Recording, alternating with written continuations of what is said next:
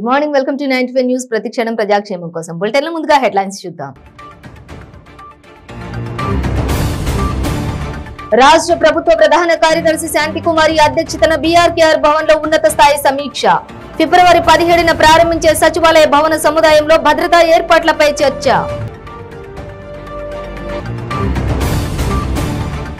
కమలాపూర్ లో మంత్రి కేటీఆర్ పర్యటనలో ఉద్రిక్తత. హామీలు నెరవేర్చిన తర్వాతే పర్యటనకు రావాలంటూ ఎన్ఎస్యుఐ కార్యకర్తలు నిరసన. నకరేకల్ పట్టణంలో కోమటిరెడ్డి వెంకటరెడ్డికి వ్యతిరేకంగా వెలిసిన పోస్టర్లు. కాంగ్రెస్ పార్టీకి సంబంధించి పలు అంశాలతో కూడిన ప్రశ్నలను సంధించిన గుర్తు తెలియని వ్యక్తులు. పలమనేరు నియోజకవర్గంలో కొనసాగుతున్న నారా లోకేష్ యువగలం పాదయాత్ర. కొమ్మరమడుగు గ్రామంలో అరటి రైతుల సమస్యలపై ఆరా.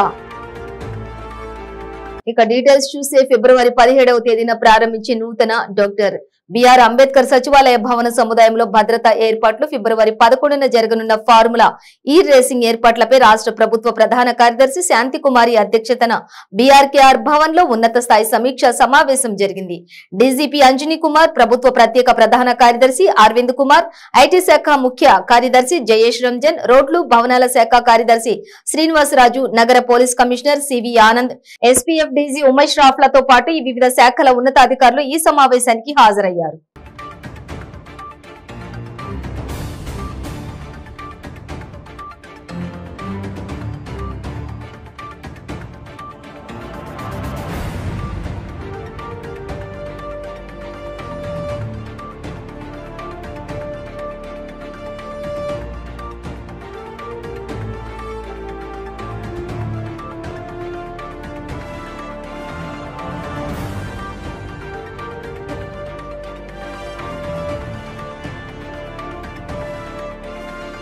కమలాపూర్ మంత్రి కేటీఆర్ పర్యటనలో ఉద్రిక్తత చోటు చేసుకుంది. ఇక గతంలో కమలాపూర్ కు వచ్చినప్పుడు ఇచ్చిన హామీలు నెరవేర్చిన తర్వాతే పర్యటనకు రావాలంటూ ఎన్ఎస్యుఐ కార్యకర్తలు నిరసన తెలిపారు.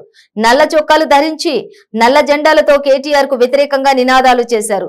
ఎన్ఎస్యుఐ కార్యకర్తలను పోలీసులు అడ్డుకున్నారు. అక్కడే ఉన్న బీఆర్ఎస్ కార్యకర్తలు వారిని చితకబాదారు. పోలీసులు ఇరు వర్గాలను అడ్డుకున్నారు. 5గురు ఎన్ఎస్యుఐ కార్యకర్తలను పోలీసులు అరెస్ట్ చేశారు.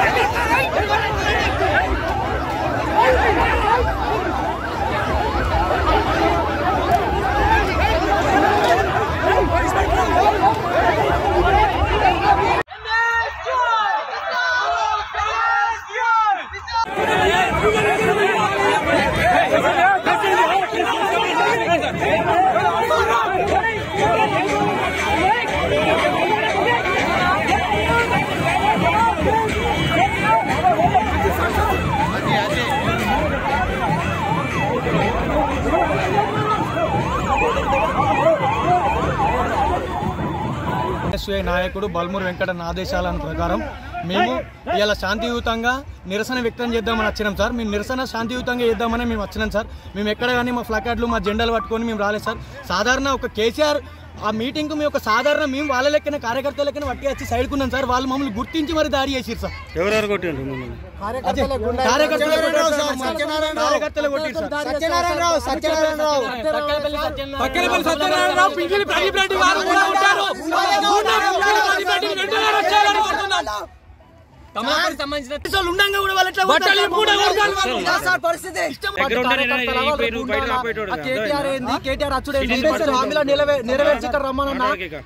ఇప్పుడు వచ్చి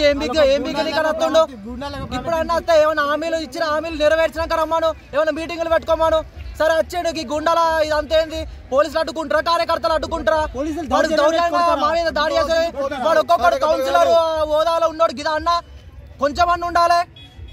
మా అన్న వెంకటన్న గారి ఆధ్వర్యంలో ఇదంతా చేపిస్తే గిదా అన్న పరిస్థితి. మా అన్న మాకు ఆదేశాల మేరకు మేము చేసినాం. వాళ్ళు అడ్డుకోవాలి కానీ దౌర్జన్యం ప్రదీప్ రెడ్డి అల్లూరు సత్యనారాయణ రావు గారు మమ్మల్ని ఇద్దరిని దాడి చేశారు.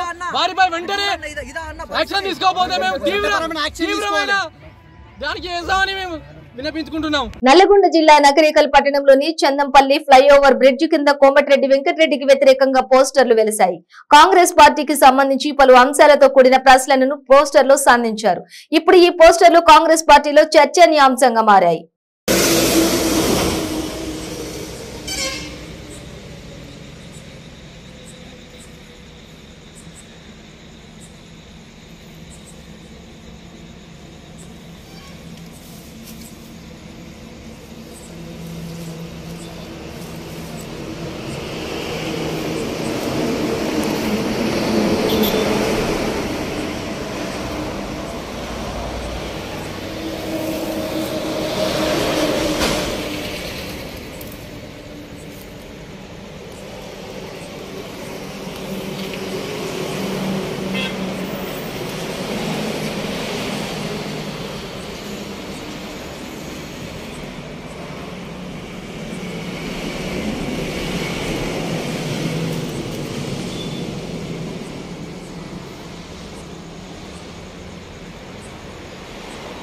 పలమనేరు నియోజకవర్గంలో నారా లోకేష్ చేపట్టిన యువగళం పాదయాత్ర కొనసాగుతోంది. కొమ్మరమడుగు గ్రామంలో అరటి రైతులతో నారా లోకేష్ ముచ్చటించారు. ఎకరానికి 3.5 లక్షల పెట్టుబడి ఖర్చు అవుతుందని రైతులు తెలిపారు. ఎరువులు, కూలీలు, విత్తనం ధర భారీగా పెరిగిందని అన్నారు. ఎకరం పంట అమ్మితే 1.5 లక్షలు మాత్రమే వచ్చిందని, సుమారుగా 2 లక్షలు నష్టపోయామని తెలిపారు.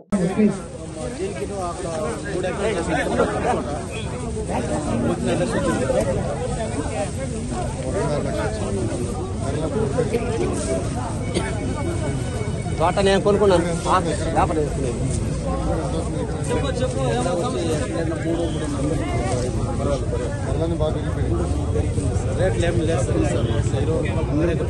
తోట చాలా బాగుండేది. రోగం మంచి ఏపీలో పెట్టుబడిదారులు పరిశ్రమలు స్థాపించేందుకు రాష్ట్ర ప్రభుత్వం తరపున పూర్తి సహకారం అందించేందుకు సిద్ధంగా ఉన్నామని ఏపీ సీఎం జగన్ పెట్టుబడిదారులను ఉద్దేశించి మాట్లాడారు. ఢిల్లీలో జరుగుతున్న AP global investors summit curtain raiser సమావేశంలో సీఎం జగన్ పాల్గొన్నారు. ఏపీలో విశాలమైన సముద్ర తీరం ఉందని, ఈజ్ ఆఫ్ డూయింగ్ బిజినెస్ లో ఏపీ నెంబర్ 1 స్థానంలో ఉందని ఈ సందర్భంగా సీఎం జగన్ చెప్పారు. ఏపీలో అపారమైన వనరులు ఉన్నాయని, ఏపీ అత్యంత వేగంగా అభివృద్ధి చెందుతోందని, 11.43% గ్రోత్ రేటుతో ఏపీ దేశంలోనే ముందుందని, పెట్టుబడులకు సులభమైన ప్రాంతం ఆంధ్రప్రదేశ్ రాష్ట్రమని జగన్ స్పష్టం చేశారు. దేశవ్యాప్తంగా ఏర్పాటు చేసిన 11 ఇండస్ట్రియల్ కారిడార్లలో ఆంధ్రప్రదేశ్ రాష్ట్రానికే 3 రావడం శుభపరిణామమని జగన్ అన్నారు.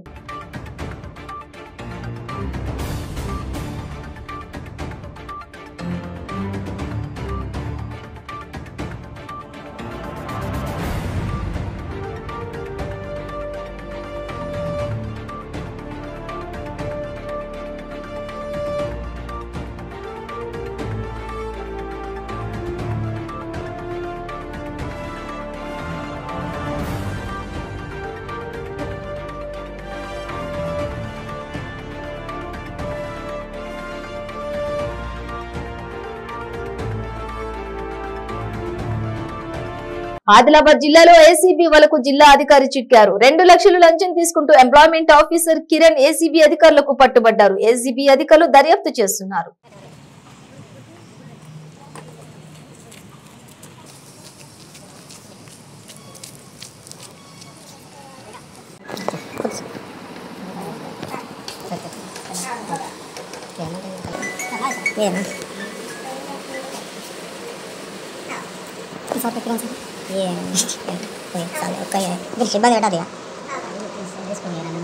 సోషల్ డెమోక్రటిక్ ఫోరం నేతలను అరెస్ట్ చేశారు పోలీసులు. ఉమ్మడి వరంగల్ జిల్లా హనుమకొండలో ఘటన చోటు చేసుకుంది. హనుమకొండ అంబేద్కర్ నగర్ లో వారున్న ఇంటిపై పోలీసులు దాడి చేశారు.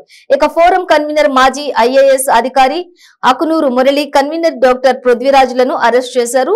అకునూరు మురళి కలెక్టర్ గా ఉన్న సమయంలో నిర్మించిన డబుల్ బెడ్రూమ్ ఇండ్లను పేదలకు కేటాయించాలని ఆందోళన చేసిన నేపథ్యంలో జరిగిన ఈ అరెస్టులు కలకలం రేపుతూ ఉన్నాయి. ఈ అరెస్టులు ప్రభుత్వ ప్రజా వ్యతిరేక విధానాన్ని బయటపెట్టాయని ఫోరం నేతలు ఆరోపించారు.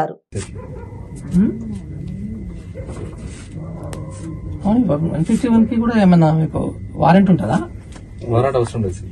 అవసరం లేదా? On paper. ఆన్ పేపర్ అవసరం లేదు, ఏమి nothing on paper. On record sir. Record అంటే మరి రికార్డ్ ఉండాలి కదా, పేపర్ ఉండాలి కదా. ప్రివెంటివ్ తీసుకున్నాక రికార్డ్ బిల్డప్ అవుతుంది సార్. అది రికార్డ్ అంటే ప్రివెంటివ్ తీసుకున్నాక రికార్డ్ బిల్డప్ అవుతాయి సార్.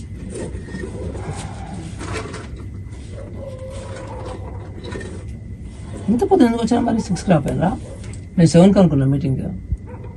సార్ మేము 5 అనుకున్నాం సార్. మీరు 5 చాలా అరే భలే ఉన్నారు, మీకు ఇంటెలిజెన్స్ ఉండదా? మాత్రం సింపుల్ థింగ్, అడిగితే ఉన్నారే చెప్తారు మీటింగ్ ఎప్పుడంటే. సార్ అందరికి అనుకున్నాం రాత్రి 7 o'clock వచ్చిందా మార్నింగ్ అని. సార్ మాకు 5 అనే ఉంది సార్ ఇన్పుట్. ఎవరున్నారని సస్పెండ్ చేస్తారు అసలు, మీరు తప్పిందా? రాంగ్ ఇంటెలిజెన్స్ అదే రాంగ్ ఇంటెలిజెన్స్ యాక్షన్ తీసుకోవాలి మీద మీ వాళ్ళు. అనవసరమైన డిస్టర్బెన్స్ కదా, డిస్టర్బెన్స్ ప్లస్ చాలా గోల కదా, తెలుసు ఎవరికన్నా బయట వాళ్ళకి, మీడియా వాళ్ళకి తెలిస్తే. ఆలేరు నియోజకవర్గంలో డబుల్ బెడ్రూమ్ ఇళ్లు పంపిణీ రసాభాసగా మారింది. ఆలేరు మండలం కొలనుపాక గ్రామంలో అర్హులైన పేదవారికి కాకుండా బీఆర్ఎస్ పార్టీకి చెందిన వారిని ఎంపిక చేశారని ఎమ్మెల్యే సునీతను స్థానికులు అడ్డుకున్నారు. ఎమ్మెల్యేను డబుల్ బెడ్రూమ్ లోకి రాకుండా అడ్డుగా నిలబడి నిరసన వ్యక్తం చేశారు. కార్యక్రమానికి వేసిన టెంట్లను కూల్చి కుర్చీలను విరగొట్టారు. కొలనుపాకలోని డబుల్ బెడ్రూమ్ ఇండ్ల వద్ద గల ఆలేరు చర్యాల రహదారిపై కిరోసిన్ డబ్బాలతో బైఠాయించి నిరసన వ్యక్తం చేశారు. ఈ నేపథ్యంలో పోలీసులకు గ్రామస్తులకు మధ్య వాగ్వాదం చెలరేగింది.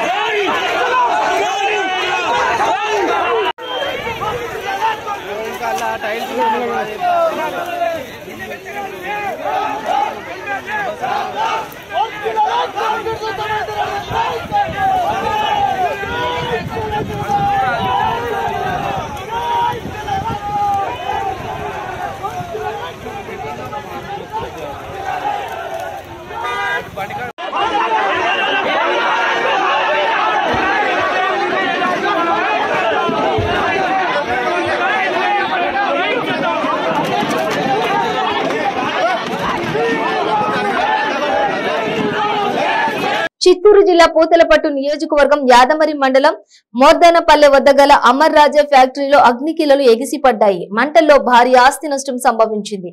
విద్యుత్ షార్ట్ సర్క్యూట్ వల్లే ప్రమాదం సంభవించి ఉండవచ్చునని తెలుస్తోంది. సంఘటన స్థలానికి చేరుకున్న యాదమరి పోలీసులు మంటలను అదుపులోకి తెచ్చారు.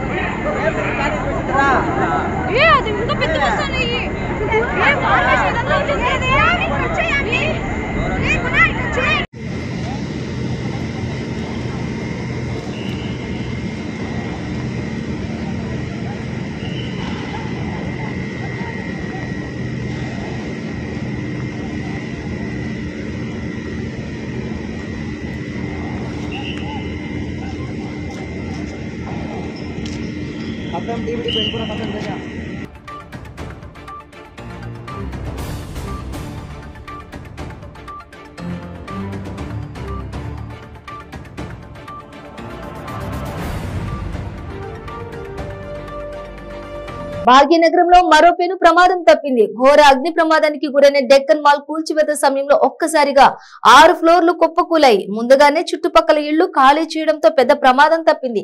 ఇటీవల డెక్కన్ మాల్ లో మంటలు అంటుకుని భవనం తగలబడింది. పెద్ద ఎత్తున అగ్నిమాపక సిబ్బంది అతి కష్టం మీద మంటలను అదుపులోకి తీసుకొచ్చారు. అనంతరం జీహెచ్ఎంసీ అధికారులు నిపుణులు పరిశీలించి భవనాన్ని కూల్చివేయాలని ఆదేశించారు. దీంతో టెండర్లను పిలిచి భవనం కూల్చివేత పనులు ప్రారంభించారు. కూల్చివేస్తుండగానే ఒక్కసారిగా 6 ఫ్లోర్ అమాంతంగా కిందికి పడిపోయాయి. అధికారులు ముందుగానే సమీప ఇళ్లలో ఉన్న ప్రజలను ఖాళీ చేయించడంతో ఎలాంటి ముప్పు సంభవించలేదు. లేదంటే పెద్ద ప్రమాదమే జరిగేదని స్థానికులు వాపోతున్నారు.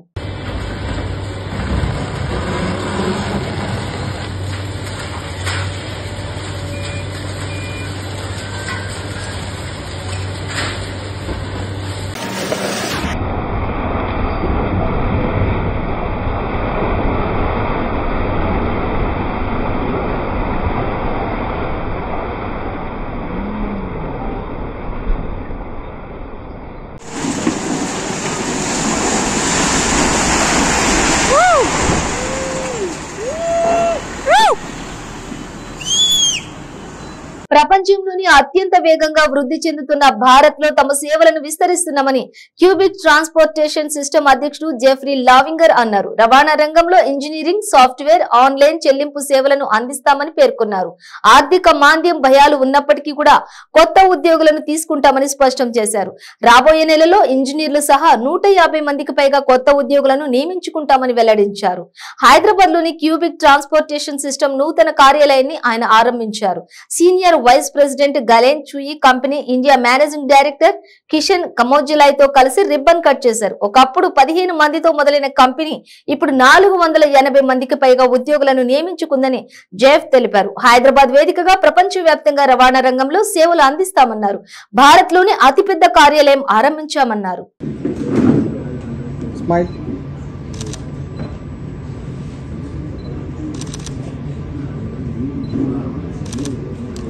Global Business Services Organization, and it continues to grow. It's grown in the last few years, and we continue to look to see what else we can do from the center here in Hyderabad.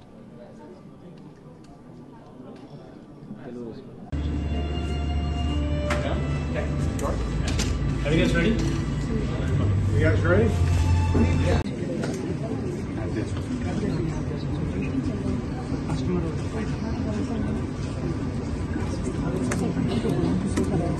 పూణేలో ఒక traffic solution project start అయింది. అది pilot ఇప్పుడు.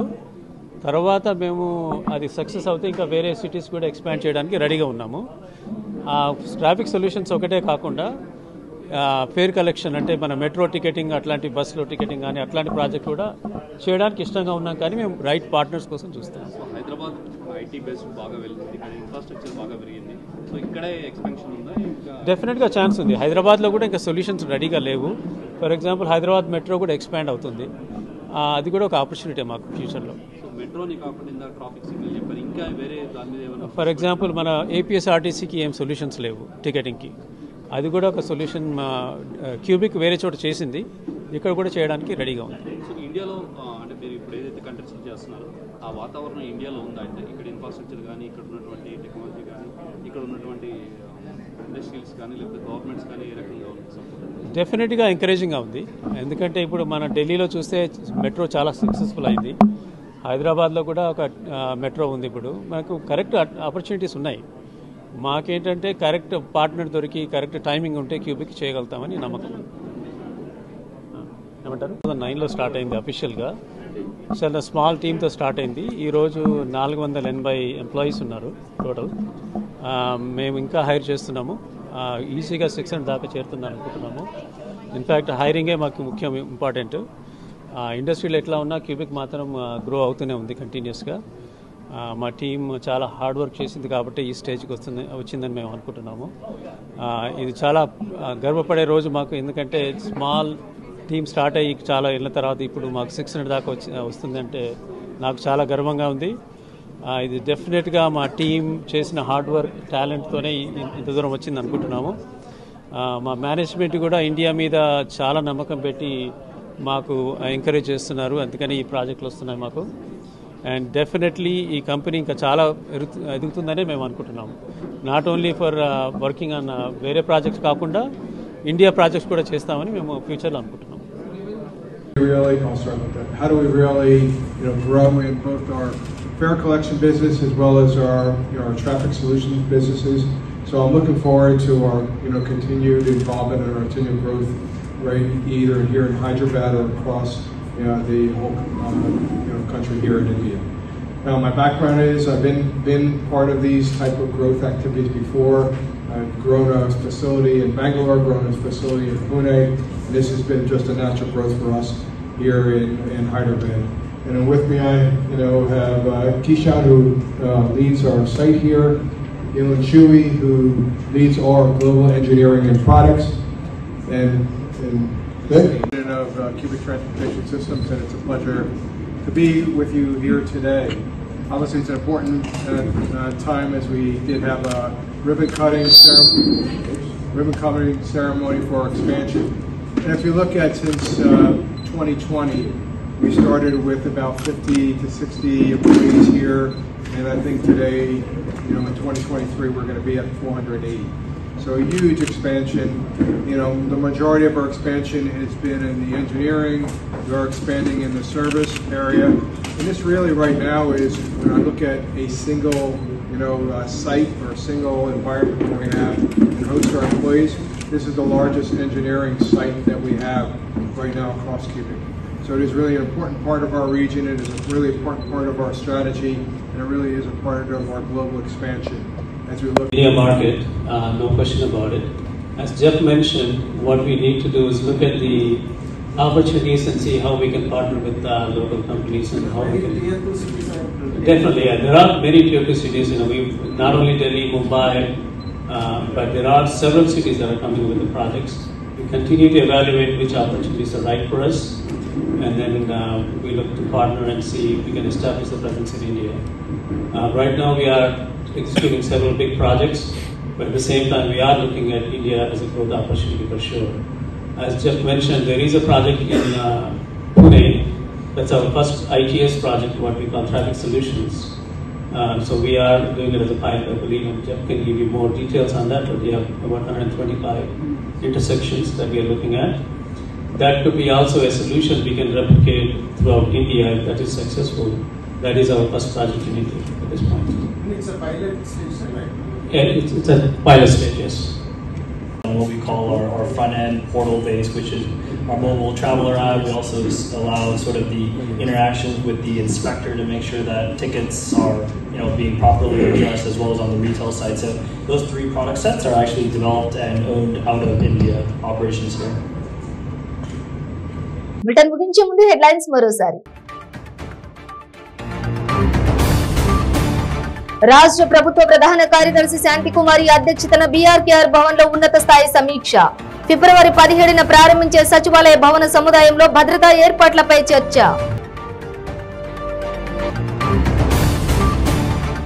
కమలాపూర్లో మంత్రి కేటీఆర్ పర్యటనలో ఉద్రిక్తత. హామీలు నెరవేర్చిన తర్వాతే పర్యటనకు రావాలంటూ ఎన్ఎస్యుఐ కార్యకర్తలు నిరసన. నకరేకల్ పట్టణంలో కోమటిరెడ్డి వెంకటరెడ్డికి వ్యతిరేకంగా వెలిసిన పోస్టర్లు. కాంగ్రెస్ పార్టీకి సంబంధించి పలు అంశాలతో కూడిన ప్రశ్నలను సంధించిన గుర్తు తెలియని వ్యక్తులు. పలమనేరు నియోజకవర్గంలో కొనసాగుతున్న నారా లోకేష్ యువగలం పాదయాత్ర. కొమ్మరమడుగు గ్రామంలో అరటి రైతుల సమస్యలపై ఆరా. ఇవి బులెటిన్ డీటెయిల్స్. చూస్తూనే ఉండండి 95 న్యూస్.